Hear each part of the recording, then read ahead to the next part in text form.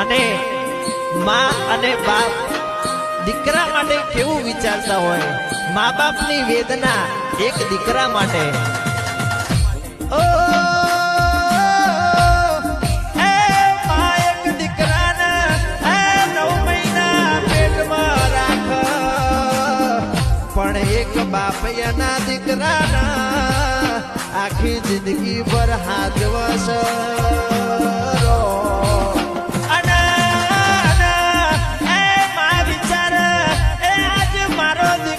શું ખાશે એ પણ બાપ વિચાર, મારો દીકરો આખી જિંદગી પર શું ખાશે.